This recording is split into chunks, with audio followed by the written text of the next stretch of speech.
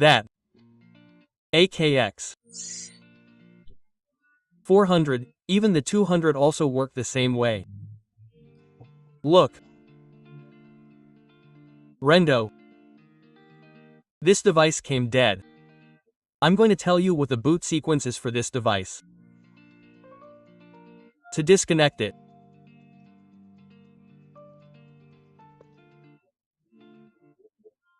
when you connect this device, this source will generate 16V.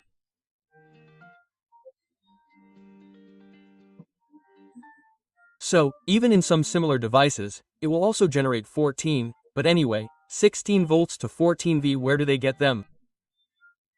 To this regulator that is here. Look, this regulator or this regulator circuit, reduces that voltage from 16 to 6 volts, 5.8.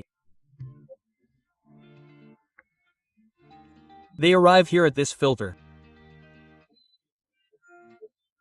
From that filter, those 6 volts reach this integrated circuit and reduce it or regulate it to 3.3.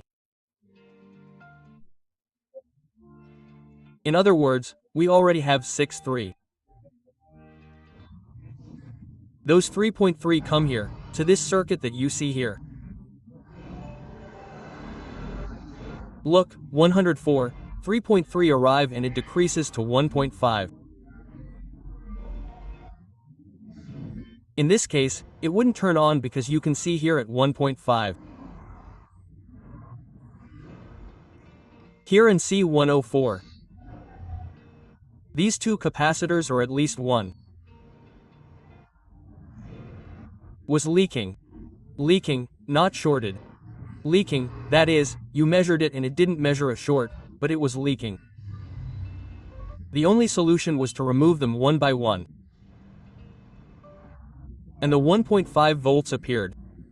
If this 1.5 is not there, what happens? There is no voltage in the buttons. The voltage of the power button should be 1.5. So, if there is no voltage, the equipment will not turn on. That voltage also goes to the integrated microprocessor and 3.3. Ready? You should also know that in order to start there must be voltage in the button 1.5 and in the remote sensor 3.3.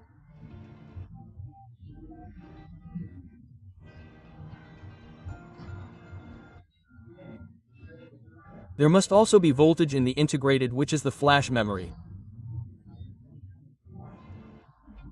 Look, it must have 3.3V. It is assumed that the micro already has the 3.3 and the 1.5. We have already placed the capacitors on the 1.5, which are damaged. It is also noted that the crystal has two crystals, but this one should have, look, 1.4 on one side and 3.2 on the other side. The other crystal is measuring 2 volts and 1.3 on the other side.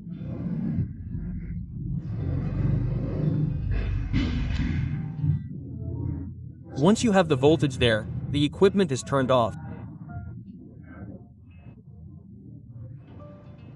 Once you have all this and you press the power button, the 16 volts will become 36V.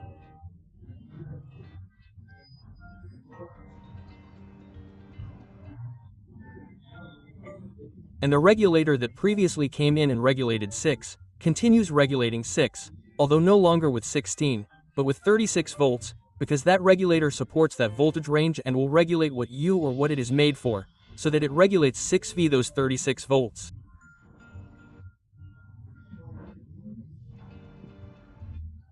Will feed the amplifier circuit that is here below. Also, when you turn it on, 3.3 will appear.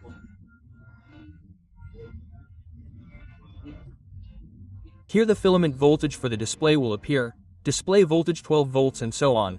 All the circuits that this equipment needs to work will be powered.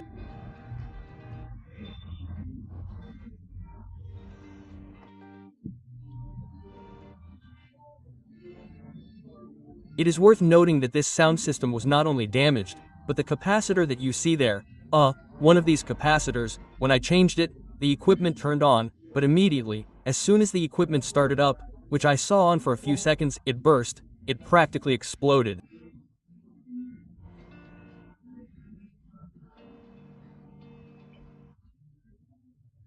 This regulator is exactly the same as this one, except that this one is on standby and this one only provides voltage when it gives the order to turn on.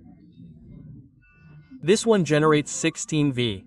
This one does receive the full 36 volts from the source and regulates 16V. It is very common for these regulators to burst. Sometimes one burns out, then the other one burns out. Well, in this case the 16 volts one burned out. Also, change this crystal. And the equipment is now working fine. If you enjoyed this video, please subscribe and give it a like. It's Marla Marlakia.